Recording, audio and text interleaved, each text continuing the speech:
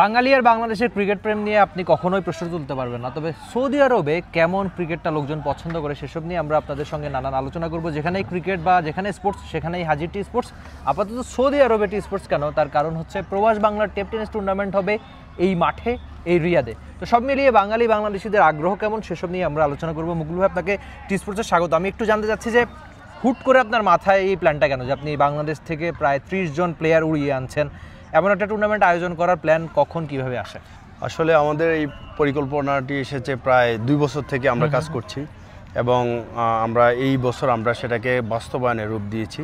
মূলত প্রবাসের বুকে আমরা প্রবাসীরা খুব বেশি বিনোদনের সুযোগ পাইনি, তারই ধারাবাহিকতায় তারই উদ্দেশ্যে মূলত আমরা চাচ্ছি যে প্রবাসীরা একটু আনন্দ পাক, সেই সাথে বাংলাদেশের মানুষও প্রবাসীদেরকে একটু দেখুক যে প্রবাসীরাও ভালো কিছু করতে পারে প্রবাসী থেকে।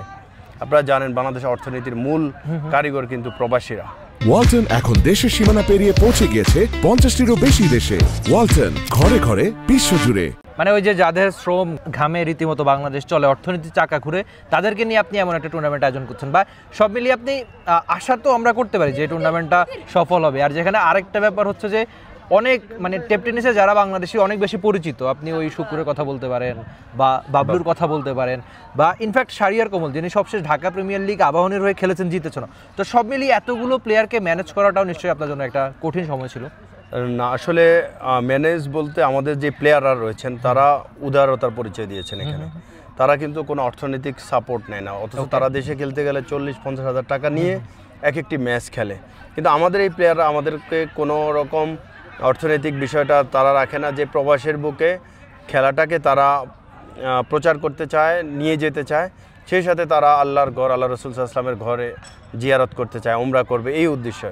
আসলে এই জন্যেই সবার আগ্রহ ছিল, প্লাস আমাদের কাজটা সহজ হয়ে গিয়েছে। তো সব মিলিয়ে আপনি আশা করতে পারেন যে প্রচুর প্রবাসী বাংলাদেশি, প্রায় আমি 30-32 লাখ মানুষ তো থাকেই মনে হয় বাংলাদেশি, বা নানান আশেপাশের দেশের, ইনফ্যাক্ট ভারত পাকিস্তানেও টেপ টেনিস অনেক বেশি জনপ্রিয়।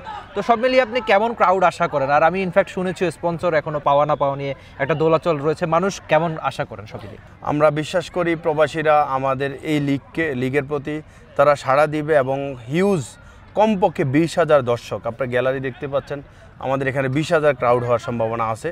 যেহেতু প্রবাসীরা তাদের এই একটি মাত্র এই আয়োজন ক্রিকেট নিয়ে, এর আগে তেমন কোনো এই ধরনের আয়োজন হয়নি। তাও আমার বিশ্বাস 16টি জেলার মানুষ যদি এক হয়, এবং আমার বিশ্বাস যে আমরা এখানে সবাইকে জায়গা দিতে পারবো না। আর স্পন্সরের বিষয়টা আপনি বলছেন, আসলে এটি যেহেতু প্রথমবার, অনেক কোম্পানি চোখ রাখছেন, কিন্তু হয়তো ওইভাবে এগিয়ে আসছেন না। আমরা বিশ্বাস করি তারা যদি এবছরে এগিয়ে আসেন, তারা সত্যি অল্পতে অনেক বেশি বেনিফিটেড হবেন ইনশাআল্লাহ। এবং আমার বিশ্বাস এই লিগের প্রতি পাকিস্তানে যতটা জনপ্রিয়তা পেয়েছে এই লিগ সম্পর্কে, ভারতে আলোচনা হচ্ছে, সৌদি আরবে আলোচনা হচ্ছে, এবং বাংলাদেশের আলহামদুলিল্লাহ ক্রিকেট প্রেমী ম্যাক্সিমাম মানুষ এই প্রবাস বাংলা প্রিমিয়ার লিগ সম্পর্কে জানে। যার মূল কারণ হচ্ছে বাংলাদেশ থেকে, পাকিস্তান থেকে বড় বড় তারকা ক্রিকেটাররা আসছেন। সেই সাথে পুরস্কার হিসাবে জানেন তো 2টা গাড়ি, আচ্ছা 2টি গাড়ি লাক্সারিয়াস কার থাকছে প্রথম চ্যাম্পিয়ন এবং প্রথম রানার আপের জন্য। থ্যাংক ইউ সো মাচ টি স্পোর্টসকেও ধন্যবাদ যে তারা ক্রিকেটের জন্য বাংলাদেশ থেকে তাদের একজন প্রতিনিধিকে সৌদি আরবে পাঠিয়েছেন। For more updates, subscribe to our YouTube channel and click on the bell icon. Follow us on Facebook and Instagram.